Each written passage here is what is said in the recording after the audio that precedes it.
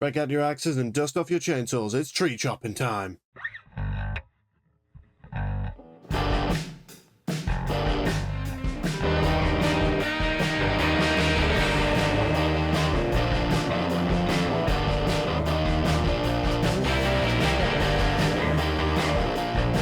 Alright, ladies and gentlemen, welcome back to the channel today. My name is the Crimson Wolf and welcome back to the Chelsea Countdown for our Premier League game versus Nottingham Forest. This is obviously the final game before the international break. We'll be hoping to get a win to carry us a bit of momentum into that international break and hopefully come out the other side to face Liverpool. Now, obviously, we have yet to get a home win in 2 attempts versus Nottingham Forest since they were promoted back to the Premier League in 2022, failing to beat them twice, where the first attempt was a 2-2 draw. Raheem Sterling scored twice that day, as did Taiwo Awoniyi, and the second attempt being last year when we lost 1-0 to Anthony Elanga's goal. We will be looking to atone for these mistakes and get a better result this time out under Enzo Maresca. If you're new to the channel around here, allow me to give you a quick overview for the countdown. Basically, I go through lineups, evaluations, predictions, the whole shebang, and eventually give my conclusion on what this game should look like. Without further ado,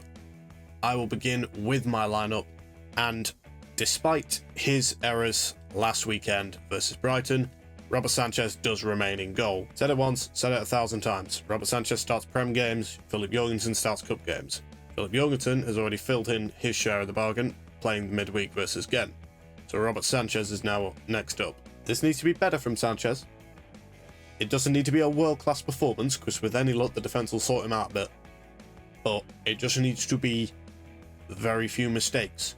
Mistakes is how he's going to lose his spot if that keeps happening. The only reason I genuinely believe Sanchez didn't lose his spot sooner last year is because Pochettino didn't have faith in Petrovic.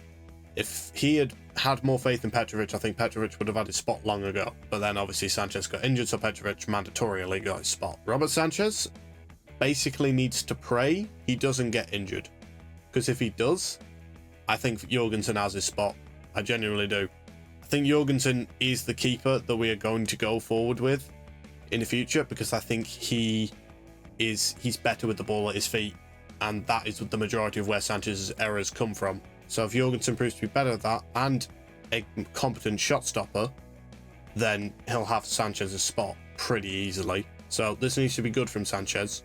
If we start seeing cataclysmic mistakes, I think Sanchez loses his spot pretty quickly.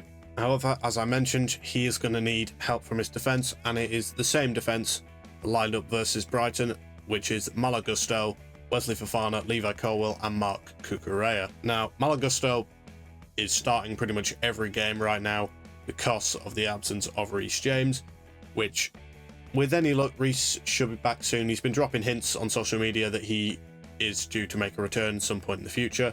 Ideally, it will be during the international break, because if that happens, we can rock up to Anfield with Reece James, which is something that would give us possibly the best chance of winning. Regardless of that, Malo Gusto is more than competent playing right back in his absence. On the other side of that full-back position, Marc Cucurella is obviously the number 1 left back, and to the point where I do feel really bad for Renato Vega, because I think he would start for about 90% of teams in the Premier League. It's just unfortunate he doesn't start for us because his competition is Marc Cucurella. There's no arguing with what is arguably the best left back in the continent right now in Marc Cucurella. Regardless of that, Marc Cucurella does need to have a good performance, but does also need to be careful. He is 1 yellow card away, thank you very much Anthony Taylor, from being suspended and missing the Anfield game, which against Mo Salah is something we cannot have. That does lead me to believe that for this game specifically, we could see Renato Vega play in his position so that Cucurella isn't risked, but I don't foresee Maresca taking that kind of measure. I think Cucurella will likely get hooked 60-70 minutes into the second half, I'd imagine, and replaced with Vega to hopefully, at least, fingers crossed, avoid him getting a booking and missing the Anfield game. The other person that is at risk of missing the Anfield game is unfortunately Wesley Fofana. I'm less concerned about that, because if he goes out, then we do have Tosin to step in his place, and Tosin is more than competent at that. I don't particularly want that, because I think the partnership between Wes and Levi is something that's growing quite nicely, and I think it could manifest into something quite formidable. So, and consistency is the key for that, playing those two together and them learning from each other and adapting to each other. So they know what they have to do to make sure they're the most solid that they can be. So Wes being suspended for one of the most important games of the season is not ideal. I think he will probably get hooked some point into the second half. Not only because of that, but obviously Wes' history with injuries likely means Maresca won't want to risk him. He is also on international duty, I believe, with France, which scares the crap out of me, by the way, because we know international duty, especially in the most pointless of games like that, that's the reason I hate the Nations League, because it's pointless, and this could risk Wes getting injured. Don't want that. Really don't want that. As for Levi has been our best defender this season, or best centre-back at least. I think it's quite clear to see. You can see his qualities on and off the ball. You can see his leadership as well. I do feel quite bad for him that he hasn't been given a higher position in the captaincy.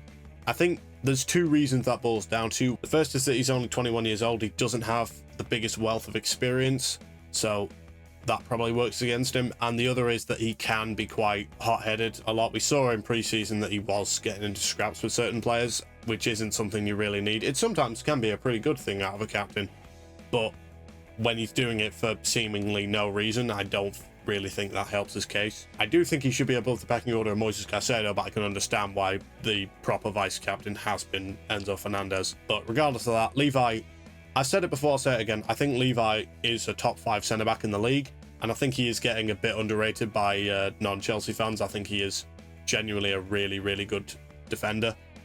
And for his age as well, being only 21 years old and being this good as he is fantastic. And that's just his defensive actions. His on-the-ball work as a ball-playing centre-back is stellar.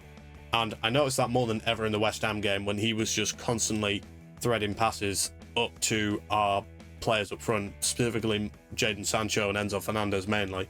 So he has very clearly been tasked with Maresca as being that player that is the one to start our attacks by just playing that line-breaking pass up to the forward players, which is something great from Levi. Speaking of Enzo Fernandez, he captains this side in midfield alongside Moises Caicedo. Now, we did see the return of Romeo Lavia in the Brighton game, and in all eventuality, it is very possible that we see him come back into this side. However, I don't really think you can displace either Enzo or Caicedo in this game. Caicedo has been on absolute fire and has been possibly the best midfielder in the league this season, so there is no way you can drop him. But what Enzo Fernandez brings to this team is so undervalued and underappreciated that when he's not there, we really notice it. And the Bournemouth game is the perfect example of that. He links defense to attack so brilliantly. His line breaking passes, his through balls are something that we desperately need, and was very unlucky not to get 2 assists for Cole Palmer in that Brighton game.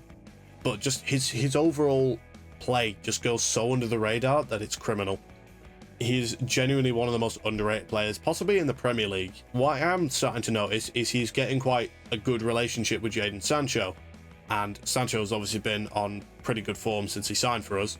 So having that link up with someone like Enzo Fernandez, who appears to be on a similar thinking of him, a similar wavelength in that matter, is something that we could really benefit from. I don't really think you can drop Enzo Fernandez, on top of the fact that he is our vice captain, so we kind of do need that. There's not really room for Romeo Lavia. You could play all 3 of them, but I think that then involves moving Cole Palmer out to the right wing, and obviously considering he's the best player in the league right now, why would you move him out of the 10? Speaking of which, Cole Palmer does play 10. What is there to say about Cole Palmer? He's the best player in the league. Like, this is, I'm not having a debate with anybody over this. Arsenal fans will say it's Saka, Man City fans will say it's Haaland or Foden. I'm not having it. Cole Palmer is the best player in the Premier League. No one is capable of doing what he is able to do. I'd stand by that. He's got 10 goal contributions in what, 6 games? 6 goals, 4 assists, which is ludicrous. Only Harry Kane has more goal contributions in the last year out of any player on the continent, and he plays for Bayern in the Bundesliga. That's ridiculous. No player, whether it's freaking Real Madrid or Barca, PSG, Man City, literally none of them, not a single one of their players since the start of last year has more goal contributions than Cole Palmer. Obviously, he starts this game. Cole Palmer starts any game that he is available for, and I'm really looking forward to seeing what he's capable of when we go to Anfield. His first visit there with us wasn't particularly good, but the entire team performance then wasn't particularly good, so we're going to let that slide. But yeah, I am looking forward to seeing what Cole can do when we rock up at Anfield. The front three of this lineup does consist of Jadon Sancho on the left, Nicholas Jackson up front, and Noni Madueke on the right. So yes, it is an unchanged lineup from the Brighton game. I mean, starting with Jadon Sancho, I mean, he's cemented that left wing spot for himself right now. 3 assists in his first 3 games is really, really good. Obviously, the winning assist for the game in Bournemouth, the first assist for Jackson in the West Ham game, and then an assist for Cole Palmer's 4th goal in the Brighton game, as well as winning the penalty in that game. I think he's just a lot happier with us than he ever was at United, I think. The style of play suits him drastically better, and I think that's been apparent since the second he got in here. And he just appears happier. Man United in general is just a really bad club to be at for any player, to be honest, because the entire thing is a nightmare. Like, from the ownership to the manager to the freaking rest of the team, it's an entire nightmare that I wouldn't particularly wish on anybody. But he just does seem a lot happier with us. So, good on him. And hopefully he keeps turning in these kind of performances. Nico Jackson also needs to start turning in good performances like the one we saw versus West Ham. Bit of a rough performance for him versus Brighton. Obviously, he did get the assist for Cole Palmer's first goal, which honestly is a pretty good assist for him. Like, he ran onto the poor pass by Adam Webster, held it off long enough for Cole Palmer to get equal with him, played the ball to him, and Cole Palmer puts it in the back of the net, which is fair play from Nicholas Jackson. I have no complaints with that. But he did miss a couple chances that he probably should be putting away, so he does need to be improving on that. His overall play is generally spectacular, so honestly for that I have no complaints. But he does just need to start putting away some chances that he is being given. Now, the man who is possibly the most talked about man in this team right now, not named Cole Palmer, Noni Madueke. They've not really been talking about Noni Madueke himself, but more like Noni Madueke's competition with Pedro Neto. Now, obviously, Pedro Neto did score midweek versus Ghent. Very good finish, to be fair, right-footed into the roof of the net. So, and it was an overall good performance from Neto. So, this has led people to question whether Neto should start over Madueke. And Madueke has simultaneously not been putting in the brightest performances in the league. Since his game versus Wolves, I don't think he's looked particularly as dangerous. The Palace game, he was okay. There wasn't really any problems there. The Bournemouth game, it wasn't a bad game for him by any stretch of the imagination. He did some good things in that game, but I don't think that kind of game suited what Madueke does, really. The Brighton game did suit what he needed to do, and he took advantage of that multiple times, breaking into that high line. But there were a couple moments where his decision-making was a bit lax. And the West Ham game, I think he probably struggled to get into that game. And I'd attribute that to the fact that he had Wes Fofana playing behind him at right back, and obviously Wes Fofana is not a right back. Noni does need to go out there against Forest and make a statement, because if he doesn't, I think Neto could have his spot. Similar to what I said with Sanchez and Jorgensen, if Noni does not start upping his performances, I think Neto could take it pretty quickly. Neto does very similar things to Noni. He's quick as hell, he knows how to beat players. The only difference is I think Neto's decision making is a little bit better. Like, he knows when he needs to cross and he knows when to take a shot. And on that fact, he appears to be able to link up quite well with fullback. Like, we've seen his combination with Malo Gusto work quite well before, versus Barrow specifically. So I think that's something we could look at. But yeah, Madueke does need to go out there and put in a pretty decent shift if he wants to be able to solidify his spot ahead of Neto. Forest are a team that are very hard to break down. They do traditionally employ a low block, and their defense is actually quite solid. On the right, they have Olaena, one of our ex-academy players. Very good one-on-one defender. When we played them at the City Ground last season, towards the end of the season, I should say, Madueke, who is one of the best in the world at being one-on-one, really struggled against him. So I think we do need to be quite careful of that. Sancho does need to be quite careful of that. Their left back is Alex Moreno, obviously loaned in from Aston Villa. Moreno's not my biggest concern in all honesty, I think whoever he's up against, whether it's Madueke, Neto, or even possibly Palmer, I think they'll probably get the better of him. He's a good defender, don't get me wrong, but I don't think he's my biggest concern. Their centre-backs, those two will be difficult to deal with, Murillo and Milenkovic. So Jackson is going to have his hands full dealing with them. Their midfield varies quite a lot. They have quite a lot of depth in midfield. Obviously, Morgan Gibbs-White usually plays in the 10 position, so Caicedo will have to measure him quite well. And then, I don't really know who starts in their midfield. They have a couple options. I know they have, obviously, loaned in James Ward-Prowse from West Ham. They have Ibrahim Angari somewhere in that mix as well. Obviously, club captain Ryan Yates as well. So there is a lot of variation, and obviously up front they have pretty good firepower, to be fair. Chris Wood, he's a really good striker. He is always someone to be feared. And then the pace between Anthony Elanga and Callum Hudson-Odoi is enough to terrify anybody. And obviously Hudson-Odoi did score against us last season at City Ground, as did Anthony Elanga at Stamford Bridge. So we cannot take them lightly. But with Gusto and Cucurella at fullback, we should be able to neutralise them, should being the operative word. I do get concerned with Elanga going up against Cucurella, which is that because of how quick Elanga is, I have the feeling Cucurella is going to, at some point, need to bring him down, which is going to get him a yellow card. Don't particularly fancy that idea, because I don't want Cucurella to miss the Anfield game. Goddamn Anthony Taylor, once again. Chris Wood up against Levi and Wes. Chris Wood's not quick, and Wes is, for one thing, and Levi's quicker than he is. So, but the thing is with Chris Wood, he's not really quick, but he is always in the right place, usually. And we just need to basically counteract that a little bit. This is definitely a game we can win. Like, it's a game we can win. We can win most games in this league as whether we will. This is definitely a game we can win. It will probably not be a smash hit victory. We will probably struggle, because we have in the past struggled to break down low blocks. But with the additions of players like Sancho, and then the ability of players like Felix and Nkunku to come off the bench, we are more than capable of breaking down low blocks. I also was, by the way, this close to picking João Felix to start in this team, because I think he is a very crucial player to go up against the low block. So I would have shifted Cole Palmer out to the right with him and the number 10. But I decided not to change things up too much. I think there is a real possibility Felix gets a decent amount of minutes in this game, because I think he is someone that could very much unlock a defense like that. As for my score prediction for this game, I'm going to go 1-0. 1-0 victory for us. I can't imagine it being too high of a scoring game. Palmer is probably going to run things as he usually does, and he probably is going to get some goal contribution. I don't think it's going to be a goal. I think it'll probably be an assist. Who that assist is for, I'll say, you know what, I'll say Sancho. I'll say Sancho gets his first goal off of Cole's assist. I think that's what we see. Because of how Forest play and our previous struggles with it, I can't imagine this being too high of a scoring game. I know we put 3 past them and they put 2 past us when we went to the City Ground, but I think they were given more license to play against us, being at home. Being away, they're probably going to want to solidify themselves a little bit more. So I think they are just going to sit back and soak up the pressure.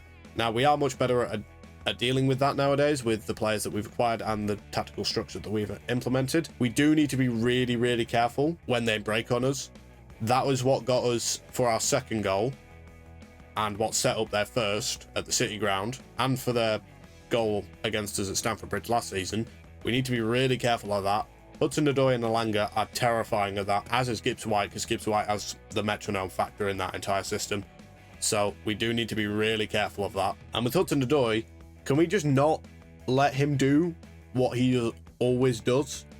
Hudson-Odoi has this weird Robin effect, which is that you know what he's going to do, which is cut in his right foot and curl it into the far corner. You know what he's going to do every damn time, but you still can't stop him. It's weird. I don't understand it. But can we just not let that happen today, please? I'd really appreciate that. I don't particularly want an ex-player scoring against us. I don't particularly believe Callum would celebrate, especially not at Stamford Bridge. He had a minor little head temple point celebration at the City Ground, but he did have his hands up a little bit, so yeah, I'll let him off. I don't think he'll celebrate at Stamford Bridge, but regardless, I don't particularly want him to score. I don't want anybody to score, to be honest, but I'd rather it not be him. So, if we can avoid that, I'd really be appreciated. Nuno is a good coach, and what he's done with Forest so far is actually quite impressive. They're 5 games unbeaten, only lost once, which was their last game to Fulham, which I believe they really only lost because in my opinion, because they didn't have Gibbs White, because he was suspended. With any luck, this is a better game for us than it is for them. With that being said, I will end this episode of the Chelsea Countdown here. I hope you all very much enjoyed watching, and please leave your thoughts for this game in the comments below. With that being said, my name is the Crimson Wolf. I am the reddest Chelsea fan on the internet, and you have all been amazing. So I'll see you in the next one. Good luck with it.